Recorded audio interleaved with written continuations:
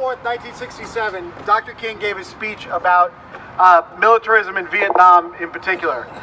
That was one of the most important speeches that I think any civil rights leader had ever given, where he linked imperialism, capitalism, and racial injustice into one thing. We live that experience every day, and there's some people who could speak to it better than others, and to that I would love to invite Sarath Sawang, director of PRISM, leader, and also somebody who gives this movement life in a lot of ways, and so for that I really thank him.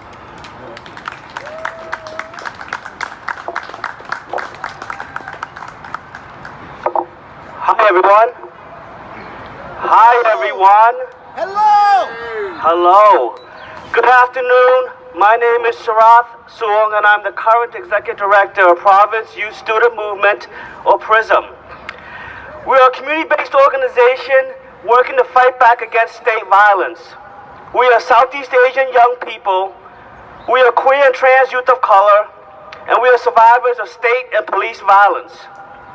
We are PRISM, and we stand for peace, love, and power for our people and for our communities. I am here today to speak as a Khmer refugee, as a survivor of what you all call the Vietnam War, but what we call the American War. I am here to speak as a representative of the Southeast Asian Freedom Network, or CFN. CFN is a national network of Southeast Asian grassroots organizations across this country, but also in Cambodia, dedicated to supporting one another and fighting against the deportation of Cambodians and Vietnamese Americans. We are a reminder of war that this country wants to forget. But we are committed to never letting the United States forget that the war criminal Richard Nixon dropped more tonnage of bombs in Laos and Cambodia than all the bombs combined in history. We are here, my people are here because of U.S. imperialism and militarism in our home countries. So last month, on the 50th anniversary of Dr. Martin Luther King's assassination in Memphis, the United States deported 43 Khmer refugees on a flight from El Paso, Texas to Cambodia. Dr. King's assassination came exactly 1 year after delivering his Beyond Vietnam speech at Riverside Church in New York City. In his speech, Dr. King connected the U.S. war in Southeast Asia to poverty and racism in this country. He warned us of militarism, capitalism, and racism as the three pillars that form the basis for violent co-annihilation, and he called for a spiritual and cultural revolution of values fueled by a deep, all-embracing love for each other.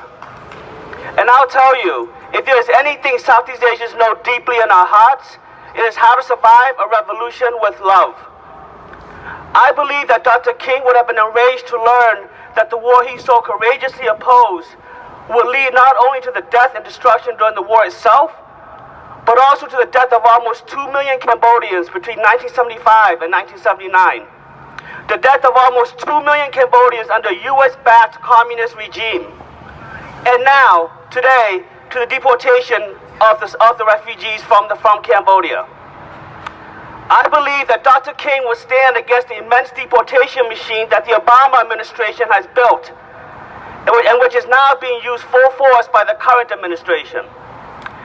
And I believe that Dr. King will put his body on the line to protest the banning of any refugees coming into the U.S.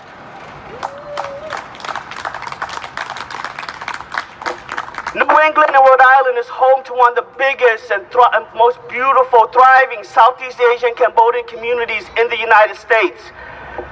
We were forced from our homes to refugee camps, from refugee camps to re-education camps, from re-education camps to a whole new country, and now we are being forced back to a country where we escaped genocide. And we say enough, and we need all y'all to say enough with us.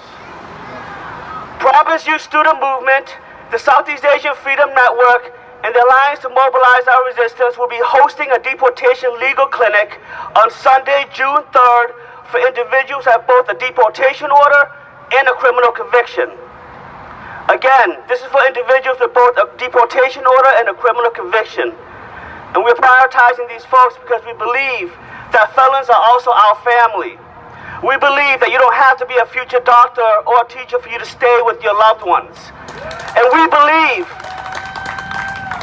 that we are not free until all of us are free. So again, Sunday, June 3rd, we'll be hosting a deportation legal clinic to support individuals who have a deportation order and a criminal conviction. If you or anyone you know could benefit from this legal clinic, please come talk to us, please come talk to me. And thank you all. Have a great day.